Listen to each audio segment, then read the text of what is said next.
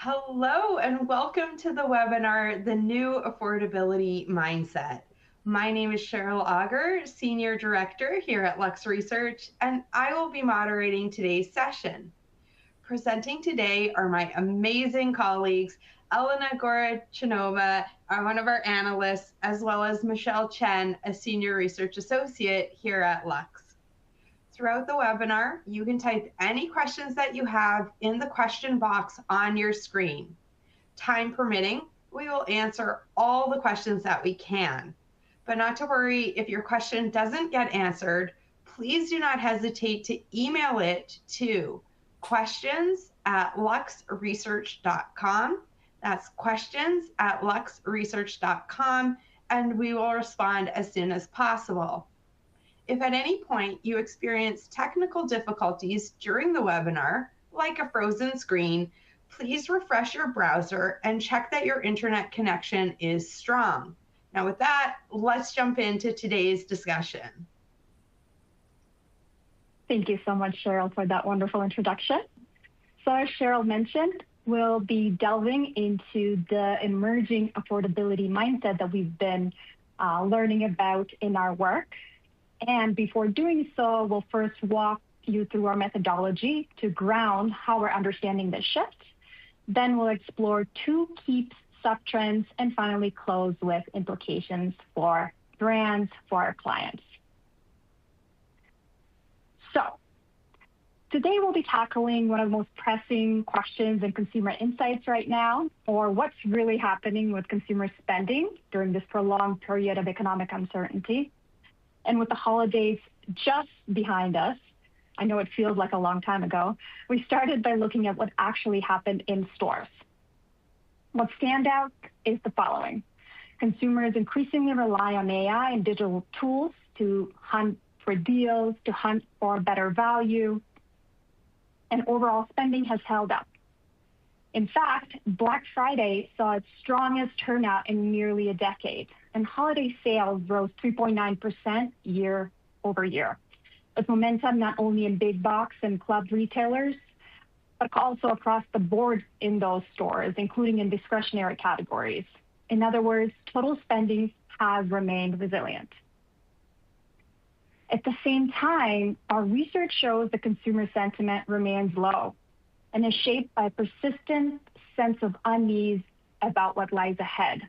Consumers talk about becoming more selective about what they buy to manage their spending. So this leaves us with a bit of a puzzle. If consumers feel uncertain and claim to be pulling back, why does spending continue to show resilience? While the K-shaped economy helps explain some of the growth, particularly the role of affluent consumers in driving spend growth, it doesn't fully account for what we're seeing. Many consumers outside of the top end still report financial caution, but continue to spend, including through tools like buy now, pay later. What we're suggesting, and we want to suggest today, is that a new affordability mindset is shaping behavior. So what does this mean? Rather than spending less across the board, consumers are spending more intentionally. They're cutting extras and low priority purchases while protecting the things that help maintain their quality of life, even if they cost a little bit more. So it's that shift that helps explain why spending remains strong even as uncertainty persists.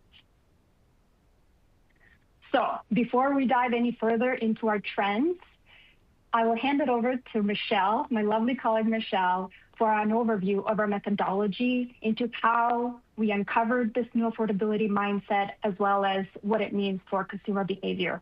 Over to you, Michelle. Thanks, Elena. So just a few words of who we are and how we do this. We're a team of cultural anthropologists who bring academic ways of thinking into real business questions. So our goal is really to help brands look past beyond behavior trends to understand what really driving them. And in this case, to make sense of this evolving culture around affordability, we draw on millions of consumer conversations from forums like Reddit and Quora, and product reviews on platforms like Amazon and blog posts as well. And why this space? Because these are places where people engage in rich back and forth discussions about everyday decisions, giving us like a real peek into their brain about how they define affordability and value in their day-to-day. And what's important is that we're not just counting mentions or tracking keywords as most traditional social listening will do. We analyze the context in which conversations about affordability unfold, how people justify purchases, negotiate trade-offs, and talk themselves into or sometimes out of spending. And this allows us to spot emergent shifts and uncover the cultural meanings shaping affordability today. And we believe this distinction matters because people don't always explain their motivation directly. As shown in this iceberg image here, only about 30% of what they value is visible on the surface. The rest shows up indirectly through the language they use, or sometimes they don't, to justify spending, protect their identity, or hold on to a sense of normalcy. So we believe that understanding this deeper layer of meaning is what allows the brands not just to react, but to get it right and get ahead. So in today's webinar, we'll show how this exercise can help align product innovation, marketing, and brand strategy with the way consumers are actually evaluating value in their lived experiences through these periods of economic uncertainty. So I'll let Elena explain. Thank you so much, Michelle. So, a deep dive into this new affordability mindset. We'll explore this as culture is evolving, when people are increasingly having to pause over decisions that once felt automatic. They weigh trade-offs, search for deals, and mentally justify even small spends that they never used to think about. So how are people redefining affordability today? As economic uncertainty becomes that cultural baseline and future progress feels less certain, consumers, including affluent ones, are less comfortable with unintentional spending. As bigger purchases are pushed back, delayed, or become impossible for many, everyday purchases that consumers never used to think about, as we mentioned, but now have to scrutinize, become a way to preserve control and quality of life, and even feel a sense of progress that they used to feel when they made those bigger life changes, purchases that now feel a little bit out of reach. And so as everyday purchases gain more weight and importance, this shift raises expectations per purchase.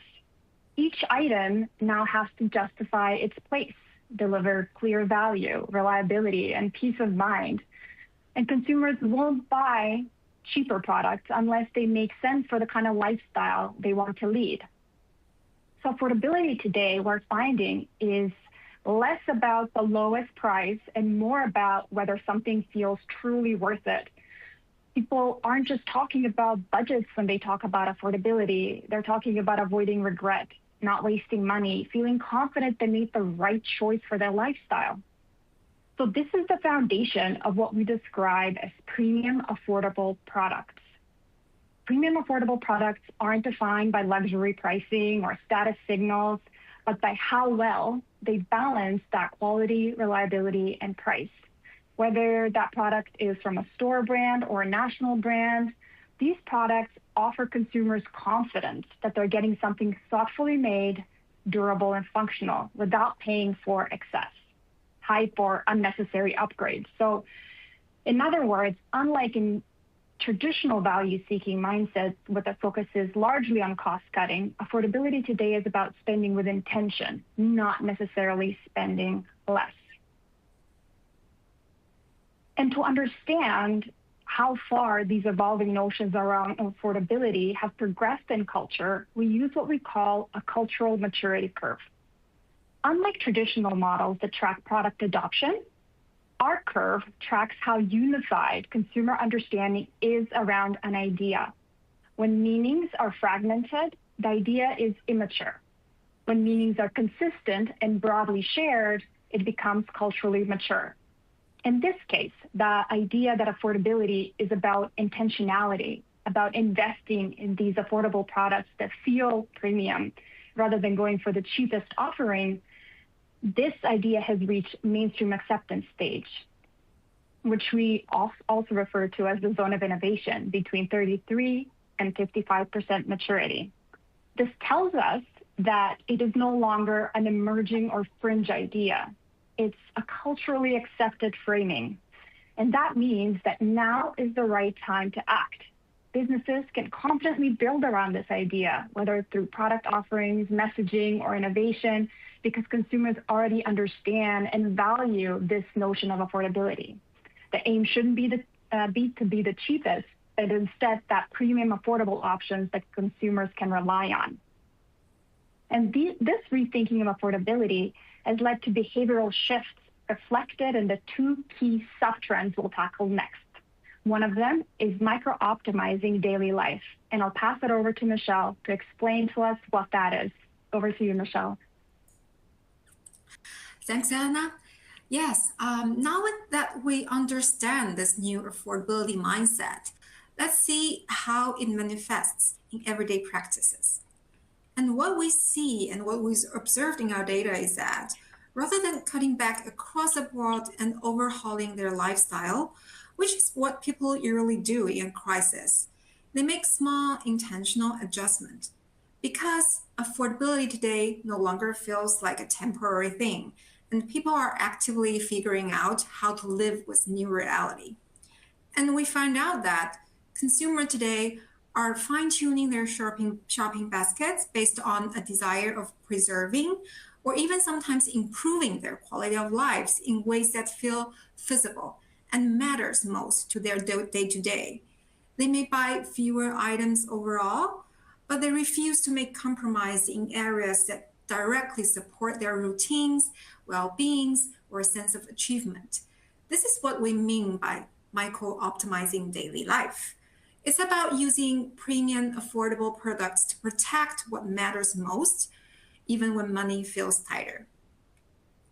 And several categories are of particular importance to consumers when it comes to preserving their quality of life. And today we're going to highlight 3 of them.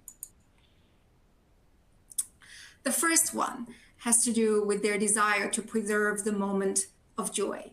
This is really about seeking moments of joy, enjoyment, or self-expression that feels worthwhile, brings a little bit of more in a cautious spending environment.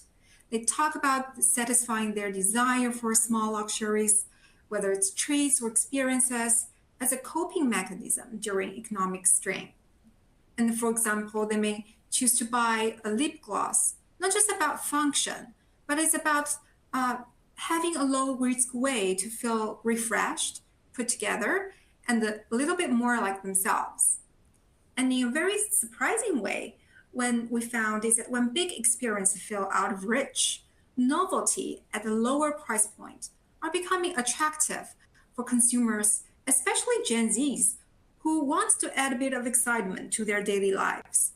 That's why they are responding very strongly to new releases with bold flavors, fun formats, and limited edition releases. So they're using this everyday category as a place to spark excitement and differentiation without asking too much from themselves and without feeling guilty about stretching their finance too far.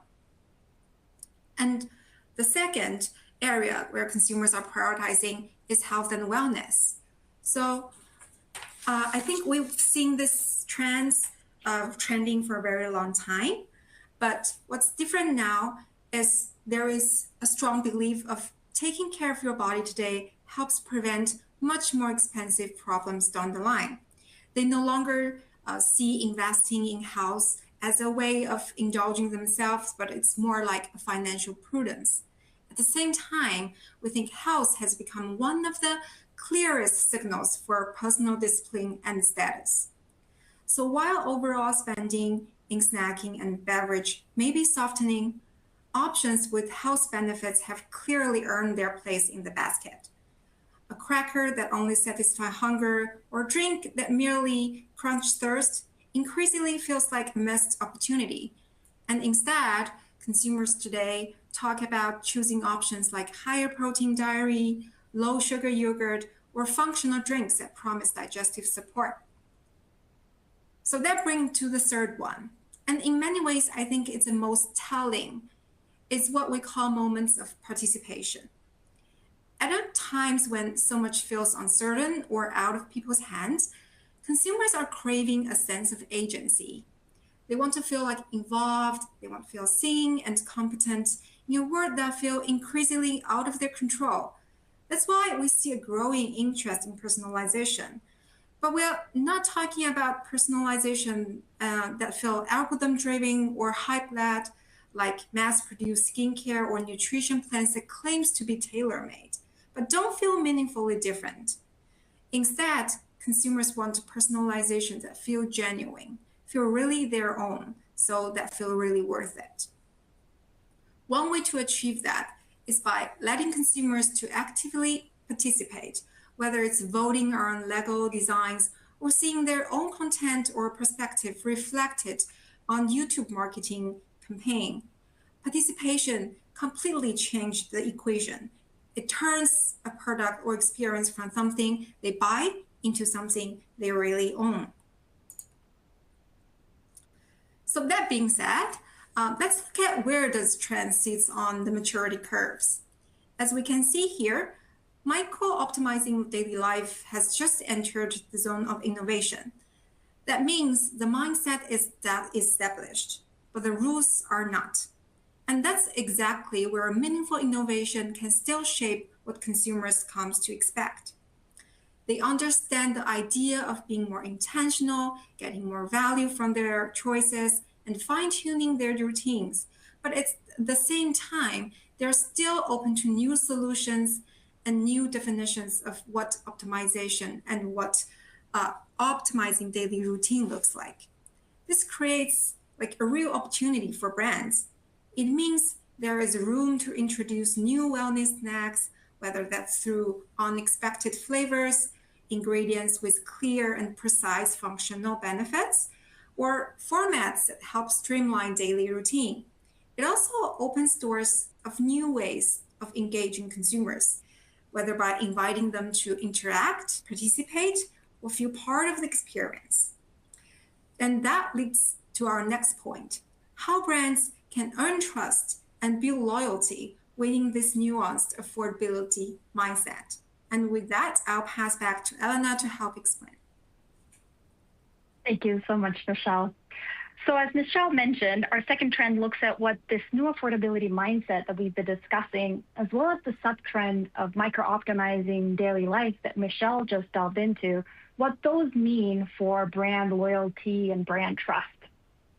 So the expected assumption during periods of uncertainty is that when consumers try to save money, they become less attached to brands, leading to concerns around trading down and weakened loyalty.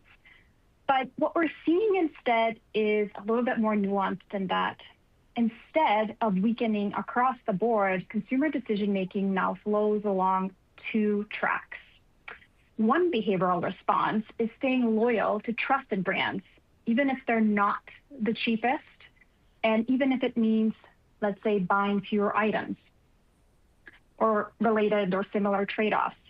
Consumers openly discuss continuing to buy familiar brands and accepting slightly higher prices as long as those brands deliver consistent quality and that dependable experience. Familiar brands reduce the risk of disappointment and simplify that everyday decision-making when consumers are trying to preserve their quality of life but yet have to scrutinize their purchases, even ones they never used to think about. Promotions still do play a role, but they function more as reassurance or reinforcement, not necessarily the prime reason or the primary reason to stay with a brand. And brands like Uniqlo exemplify this pattern. Shoppers frame it as premium affordable, reliable quality, durable materials, and everyday functionality characterizes it, while at the same time, they're kind of trading off their need to be very trendy and to keep up with the constant trend churn, instead kind of relying on these daily basics that are high quality, even if prices slightly rise.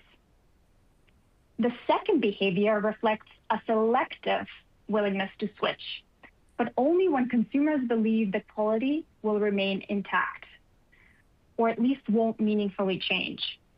When people move away from established brands, they do so with clear guardrails around performance. And it's here that those traditional distinctions between trading up and trading down begin to blur, because paying less no longer automatically signals lower quality. And dupes illustrate this shift pretty perfectly and clearly. Their appeal isn't driven solely by price, but by the growing perception that they do deliver comparable outcomes. Consumers increasingly frame dupes as premium affordable alternatives rather than inferior substitutes that they trade down to or settle for. This same dynamic, where consumers consider switching brands to access lower prices only when that perceived quality holds up, helps explain recent momentum at retailers like Walmart. So Walmart's growth isn't driven by lower income consumers trading down.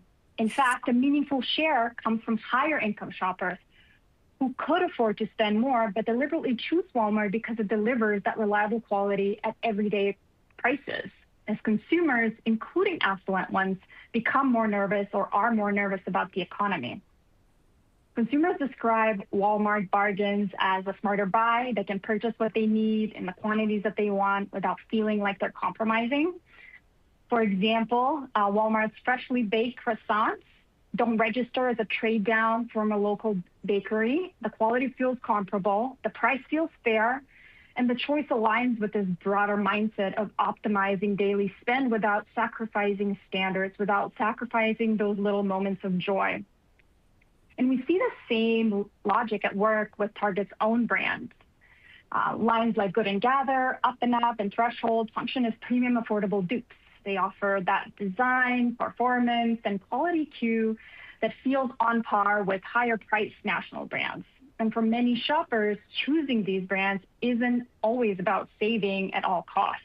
It's about getting those dependable outcomes at a price that feels smart, rational, that makes them feel like responsible and smart shoppers. And so across both retailers, switching doesn't feel like trading down. It feels like making a smarter, more informed choice. When it comes to the maturity of these ideas, conversations around brand loyalty and affordability remain in an early consensus stage. So as consumers rethink how to navigate brands in a more price-conscious environment, there's still uncertainty around which brands are worth sticking with, when loyalty is justified and when switching is the smarter choice. This opens an opportunity for brands to reduce that uncertainty by consistently proving their value, reliability, and fairness in pricing, so consumers can feel confident that staying loyal is still the right decision. So, what does this new affordability mindset mean to you? Well, now we'll dive into some of the key implications. So, as consumers rethink brand loyalty in this more price-conscious environment, what we see isn't a race to the lowest price, as we've mentioned, but more intentional spending and a higher bar for what brands need to deliver. And the following three takeaways highlight where brands can maintain trust and relevance in this period of economic uncertainty. First, brands need to anchor value in everyday life. Consumers are scrutinizing routine purchases more closely, so it's not enough to claim quality or innovation in the abstract. Brands that win are those that clearly show how they make daily routines easier, better, or more reliable. So that benefit really needs to feel obvious and practical so that consumers feel confident choosing a brand over and over again. Second, lower prices don't make up for disappointment. So consumers are willing to explore better pricing, but not at the expense of performance or reliability. So instead of downgrading materials, formulations, experiences, quantities, the opportunity is to unlock better pricing through smarter innovation and process optimization. And this is how brands protect loyalty while responding to these affordability pressures. And finally, and for wealthier consumers in particular, paying more is still on the table, but only when the experience is seamless and the added value is clear. Price premiums need to feel earned. That means communicating exactly what consumers get for paying more, whether that's durability, consistency, long-term performance. And so that value, again, needs to be explicit so that higher prices don't trigger regret or guilt, but they feel justified. So overall, the new affordability mindset opens an opportunity for brands to invest in smarter innovation rather than defaulting to cost cuts or quality cuts, as consumers scrutinize everyday purchases more closely and reward premium affordable products to consistently improve their quality of life. And with that, our presentation is complete, and we're very much looking forward to your questions. Thank you so much for your attention. Great. Thank you so much, Elena and Michelle. We're now going to be taking questions. You can type those into the question box if you haven't already. As I mentioned, if we don't get to your question in this call, someone from Lux will be reaching out shortly to ensure we answer your questions. All right, we have a number of questions here, and I don't think we're going to have time to get through all of them. So I'm going to start with one that I think you've done, you've kind of answered already, but I'd love to hear this really direct answer to this question. And so what they're asking is, what's really new and different about how consumers are approaching affordability today compared to how they may have done so in the past? That's a great question. I'll take that one, Michelle, if you don't mind. So yes, just to reiterate, I guess, some of what we've been trying to communicate today. So what's different today is that price still matters, but it no longer decides the purchase on its own. So in the past, affordability meant finding the cheapest option, waiting for a deal, and if something costs less, it's assumed to be the smarter choice. And now people are weighing price against whether a product will actually do what it promises a little bit more closely. So paying more can feel affordable if it avoids having to replace it, deal with frustration, feel like money was wasted. So, and that's why we are talking about premium affordable options becoming that sweet spot. They're not the cheapest option, they're not full premium, but they feel dependable enough for everyday use. And you can see this growing relevance of premium affordable in the rise of brands like Chobani, which build scale not by racing to the bottom with lowest prices, but delivering everyday quality. People feel really good about choosing again and again. So another message we have is that rather than focusing only on wealthier consumers with more premium features and pricing, the opportunity isn't just at the high end. It's in delivering well-made, dependable products that fit within those real budget limits. So basically, premium affordable works because it meets rising consumer expectations without pushing people, both affluent and lower income, into prices that feel risky or hard to justify. Great, thank you. I know we're just about out of time, but I'm going to squeeze in one more question because we're getting some really good ones here. So here's my next question from our audience. Where do consumers feel they can still spend freely versus where they feel constrained, and how clearly do they experience the split in their own lives? Okay, yeah, I guess I'll try to answer that. This is, I think, honestly, what everyone is trying to figure out right now, right? So as we mentioned earlier, consumers are much more willing to cut back on things that feel basic, inefficient, or interchangeable, or just complicates their life without adding any clear benefits. For example, that can include snacks and beverage that feels like empty calories, or skincare routines that require extra steps, or fast fashion items that don't last. On the other hand, consumers are still willing to spend on everyday products that deliver clear, direct value. That might be joy, health, or a sense of control. But if I had to sort of pick one that feels most non-negotiable, I think I would say it's health and wellness. And this mindset has been really building for years, but I think the pressure of this affordability crisis combined with this broader cultural and political conversation around things like MAHA movements really pushed it into a new phase. So now today there is this heightened awareness about what's the impact, the health impact of everyday products on their lives. And I think more importantly, and we haven't had a chance to mention that in our presentation, is how this mindset goes beyond the physical to increasingly include the mental well-being and mental bandwidth. That's why we see like this wellness mindset bleeds into so many categories that we don't traditionally associate with health and wellness, right? Like products that reduce friction and save efforts. Just to give some examples, like smart home solutions that frees up time, or cleaning or even laundry products that are not just toxin-free, effective, but maybe even fun to use, are getting more and more, this type of products are getting more and more attention. So I guess eventually this really comes down to this desire of reclaiming time, energy, and mental space, and all comes back down to this health mindset. Yeah. Great points. And with that, I think we're at time. So I'll thank everyone for joining our webinar. And as I mentioned, if we didn't have a chance to ask and answer your question, you'll hear from us. Thanks again, everyone. Have a great day. Thank you. Thank you.